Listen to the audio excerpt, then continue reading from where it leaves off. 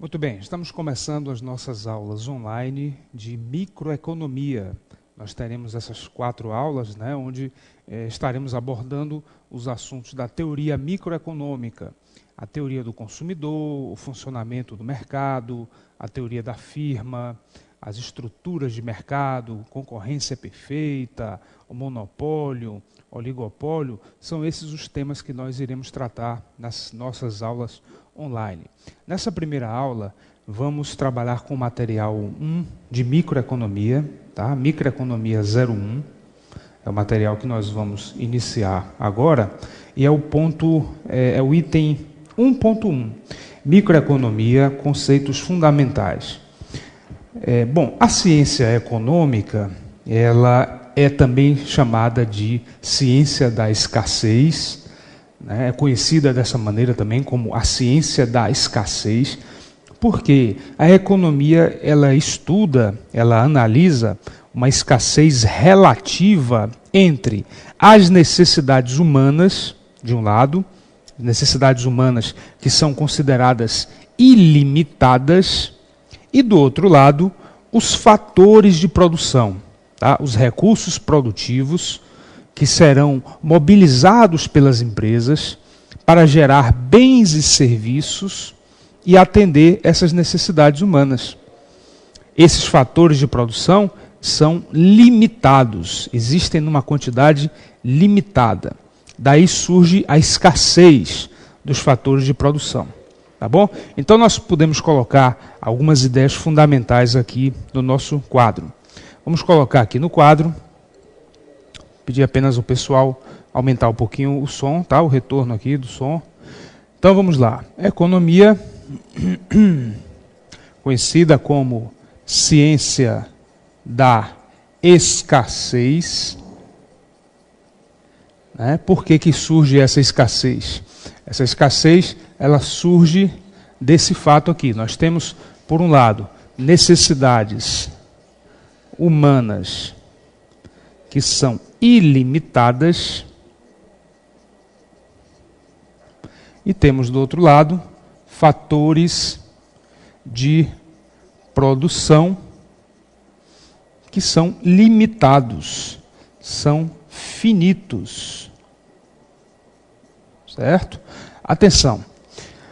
Por que as necessidades humanas são consideradas ilimitadas? Por 2 motivos. Em primeiro lugar, porque elas se renovam constantemente. Constantemente, por exemplo, a necessidade de alimentação, ela tem que ser atendida através da produção de alimentos, da produção de milho, de feijão, de arroz, etc. Porém, essa é uma necessidade constante, ela se renova constantemente. Então, exige também uma produção constante desses itens. A segunda razão para considerar que as necessidades humanas são ilimitadas é o fato de que elas vão se tornando cada vez mais sofisticadas também. As necessidades vão, uma vez que nós atendemos a uma necessidade humana, aí vão surgindo outras. Por exemplo, a necessidade de transporte, para ela ser atendida, é necessário que o sistema econômico produza veículos, ônibus, não é isso? Aviões, todos os meios de transporte que nós conhecemos, eles têm que ser produzidos, têm que ser gerados pelo sistema econômico. Agora, uma vez que nós atendemos essa necessidade de transporte, vão surgir outras necessidades. Vai ser necessário também a produção de combustível, a produção de peças de reposição dos veículos. É isso? O poder público tem que produzir novas vias de acesso, novas estradas, etc. Então as necessidades vão se tornando cada vez mais complexas, cada vez mais sofisticadas. Você já deve estar percebendo que sempre para atender uma necessidade humana, é necessário que o sistema econômico do país, o sistema produtivo, as empresas, gerem bens e serviços. Mas a produção de bens e serviços exige a utilização de fatores de produção. Esses fatores de produção, pessoal, basicamente são aqueles 3 fatores sobre os quais já falamos um pouco também no curso, na parte de macroeconomia.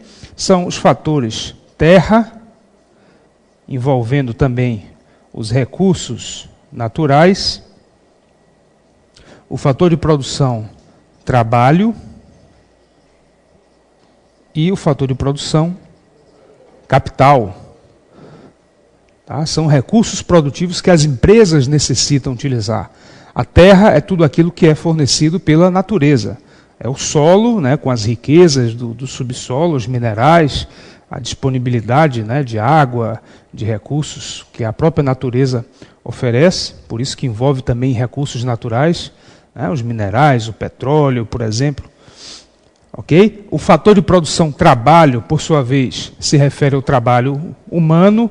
Estamos falando aí trabalho físico ou também trabalho intelectual, né? A mão de obra disponível para as empresas utilizarem naquele momento.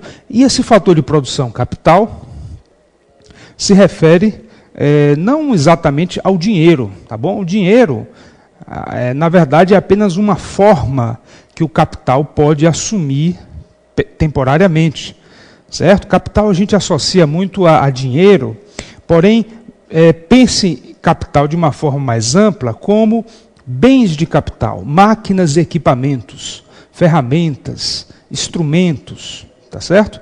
Nesse momento em que você está assistindo essa aula, né, essa aula foi utilizada, ela foi produzida utilizando uma certa quantidade de trabalho, né, que é a minha mão de obra, né, estou empregando trabalho aqui para ministrar essa aula, mas aqui também há uma utilização de uma série de bens de capital. Né, por exemplo, então, o quadro, né, a câmera que está me filmando, o microfone, as instalações físicas, isso tudo é capital. São recursos utilizados para produzir um bem, produzir um serviço. Então o dinheiro é apenas uma forma que o capital pode assumir, eventualmente, logo ele se transforma em máquinas, equipamentos e vai gerar bens e serviços. Pois bem, se nós imaginarmos a economia de um país, de uma certa região, num dado momento, tá bom? No curto prazo, nós vamos observar que o estoque de terra e recursos naturais, naquele momento, é um estoque limitado. É finito, tem um certo tamanho dado. O estoque de trabalho, a quantidade de trabalhadores que podem trabalhar naquele momento, é uma quantidade finita também. E o estoque de capital daquele país, a quantidade de máquinas, equipamentos, instalações, ferramentas, instrumentos, tá? Todo o aparato físico que as indústrias utilizam, as demais empresas também, é também um valor finito. Daí surge a escassez. Não é possível atender a todas as necessidades humanas, até porque elas são infinitas. A grande tarefa da ciência econômica, portanto, nesse momento aí, né, seria exatamente encontrar a maneira mais eficiente possível, a melhor maneira de, dado um estoque de fatores de produção, atender ao máximo, o máximo possível, as necessidades humanas. A eficiência econômica, toda vez que a gente falar de eficiência econômica, significa o quê? Utilizar de forma ótima os fatores de produção do país, que são limitados, tá certo? Utilizar de forma ótima os fatores de produção do país, que existem numa quantidade limitada, para atender o máximo possível de necessidades humanas, que são ilimitadas. Para atender o máximo possível as necessidades humanas, que são ilimitadas. Essa é a ideia da eficiência. O tempo todo, nas análises que nós vamos fazer daqui por diante, a ciência econômica está preocupada com eficiência. E a microeconomia, né, particularmente, está o tempo todo pensando nisso, né? Como melhorar a eficiência econômica na produção de um determinado bem, no comportamento de um certo mercado.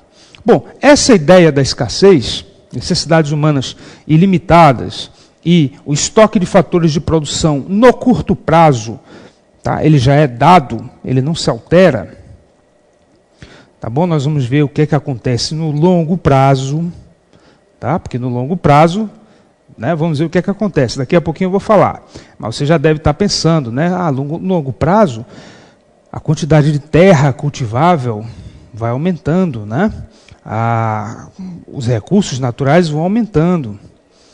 a população vai crescendo, o estoque de capital vai aumentando também. Nós vamos ver o que é que vai acontecer no longo prazo, tá certo? Bom, nós temos aí na sequência, no nosso módulo, os 3 problemas fundamentais enfrentados pela ciência econômica. Tá bom? Os 3 problemas fundamentais. Como existe escassez, tá? Como há uma escassez, toda a sociedade humana enfrenta esse problema. Qualquer país que você imaginar vai enfrentar esse problema da escassez desses recursos. Nós vamos ter aqui os 3 problemas econômicos fundamentais. 3 problemas econômicos fundamentais que qualquer país enfrenta. O primeiro problema é esse daqui. O que e quanto produzir? Vou explicar cada um deles. O que e quanto produzir, como produzir e para quem produzir. Bom, o primeiro problema é esse daqui. O que e quanto produzir? A nossa economia, nosso país vai produzir milho ou vai produzir feijão? Ou um pouquinho de milho e um pouquinho de feijão? Né? Ou vai produzir também geladeiras, ou aviões, ou computadores? Então, é um primeiro problema a ser respondido. Né? O que é que nós vamos produzir e o quanto de cada mercadoria nós vamos produzir? Tá certo? O segundo problema de como produzir seria qual é a tecnologia que nós vamos utilizar. Né? Então, na produção de milho, nós vamos utilizar uma tecnologia mais intensiva em trabalho humano ou mais intensiva em capital, em máquinas, equipamentos? Qual é a tecnologia, pessoal? Diz respeito a uma certa maneira de combinar os fatores de produção. Certo? Então, se uma fazenda utiliza muito o trabalho humano, o trabalho braçal, e uma outra fazenda, por sua vez, utiliza muito máquinas, né, colheitadeiras, etc. Então, a tecnologia utilizada é diferente, certo? Então, a tecnologia sempre diz respeito a isso. Há uma certa maneira de combinar os fatores de produção e obter um certo nível de produto. Então, qual é a tecnologia que o nosso país vai utilizar na produção de cada um dos bens que a população precisa? Esse é um segundo problema econômico. E, finalmente, o terceiro problema econômico, para quem produzir? Vamos produzir para quem? A maior parte da produção se destinará, né, ao mercado externo ou ao mercado interno? Serão produzidos muitos artigos de luxo ou a economia vai se concentrar mais em itens da cesta básica?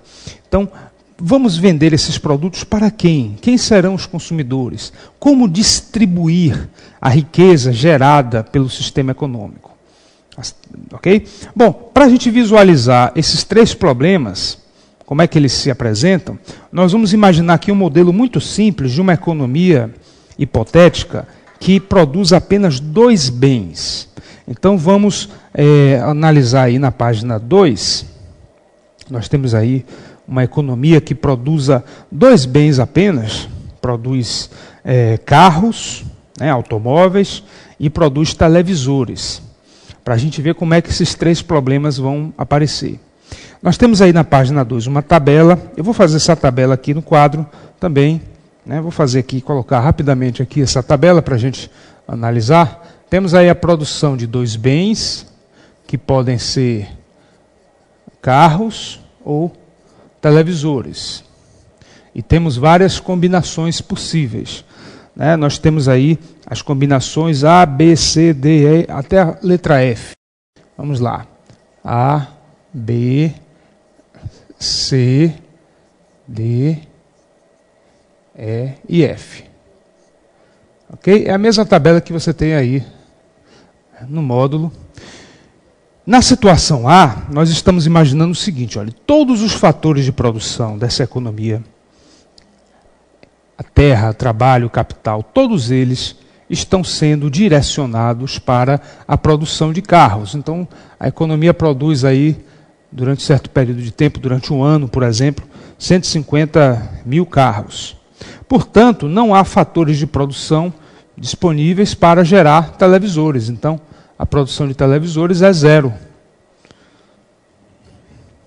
Se nós quisermos aumentar um pouquinho a produção de televisor, se nós quisermos produzir alguns televisores, necessariamente teremos que deslocar trabalhadores, retirar trabalhadores que estão aqui nas indústrias automobilísticas, e passar para as indústrias eletrônicas. Então, se nós quisermos produzir aqui, digamos, 15 milhões de televisores, são números totalmente inventados, tá bom? Só para ilustrar aí a ideia da curva de possibilidade de produção. Para a gente conseguir produzir essa quantidade de televisores, necessariamente deveremos retirar trabalhadores, recursos naturais, móveis, instalações, equipamentos da produção de veículos, de carros. Então essa produção vai cair para 140. Se nós quisermos aumentar mais ainda a produção de televisores para 28, vamos ter que deslocar mais fatores de produção, retirar fatores de produção da fabricação de veículos. Então vai diminuir mais ainda, vai passar para 120. E assim por diante. Nós podemos ter várias possibilidades aqui de produção, aumentando a produção de TV, necessariamente retirando fatores de produção lá das indústrias automobilísticas, diminuindo a produção dos veículos. Então, completando aqui os valores da tabela, nós chegamos a um outro extremo. A outra situação extrema é essa. Estamos produzindo aqui 60 milhões de televisores, 50 milhões de televisores. E nesse caso aqui, estaríamos utilizando também todo o estoque de fatores de produção no país. Para gerar televisor, não seria produzido nenhum carro. Bom, essa tabela pode ser apresentada na forma de um gráfico. Nós podemos representar, então vou fazer aqui embaixo, representar graficamente esses pontos. Se eu colocar, vamos tentar enquadrar aqui o gráfico e a tabela na tela. Se eu representar aqui a produção de carros nesse eixo, e aqui a produção de televisores, e aqui a origem, nós vamos ver que o ponto A, ele seria mais ou menos aqui assim. O ponto A, nós estamos produzindo, aqui a produção de carros, aqui a produção de TV, estamos produzindo aqui 150 carros e 0 de televisores. O ponto B seria mais ou menos aqui. Aqui nós estamos produzindo menos que 150 carros. Se a gente descer aqui, estamos produzindo 140 carros e já começamos a produzir uma certa quantidade, Basta você vir aqui, teríamos uma certa quantidade aqui da produção de televisores. E assim por diante. Se nós começarmos a colocar todos os pontos, e ainda, se nós fizermos aqui outros pontos intermediários, porque eu posso ter de 150 carros para 140, eu tenho várias outras possibilidades. São infinitas possibilidades. Eu poderia ter aqui uma produção de 16 televisores e 138 carros. Então eu tenho várias possibilidades. Se eu unir todos esses pontos, se eu começar a representar todos esses pontos no meu gráfico, e eu fizer aqui a união de todos eles, eu terei um desenho, um gráfico que é chamado de curva de possibilidades de produção. Curva de possibilidades de produção. Ela também é chamada de curva de transformação. O que essa curva nos mostra? Mostra todas as combinações possíveis da produção de dois bens, supondo que todos os fatores de produção estejam empregados. Tá certo? Atenção para a interpretação dessa curva, porque as questões de concurso costumam perguntar o seguinte. Uma questão costuma lhe perguntar: o que representa esse ponto aqui? Esse ponto X representa o quê? Esse ponto X representa uma certa quantidade produzida de carros e uma certa quantidade produzida de televisores, de tal maneira que todos os fatores de produção estão sendo utilizados, estão sendo empregados. Qualquer ponto aqui representa uma situação de pleno emprego dos fatores de produção. Qualquer ponto, um outro ponto aqui, um ponto Y aqui também, significa o quê? Significa que a economia está produzindo uma quantidade menor, né, de carros, mas está produzindo uma quantidade maior de televisores. E de tal forma que também, aqui no ponto Y, todos os fatores de produção estão sendo empregados. É também uma região de pleno emprego. Quando a economia está no pleno emprego, atenção, hein? Quando a economia está no pleno emprego e pretende-se aumentar a produção de um determinado bem, necessariamente será preciso reduzir a produção de outro bem. Essa economia já está no pleno emprego, né? Já está num desses pontos. Por exemplo, está aqui no ponto Y.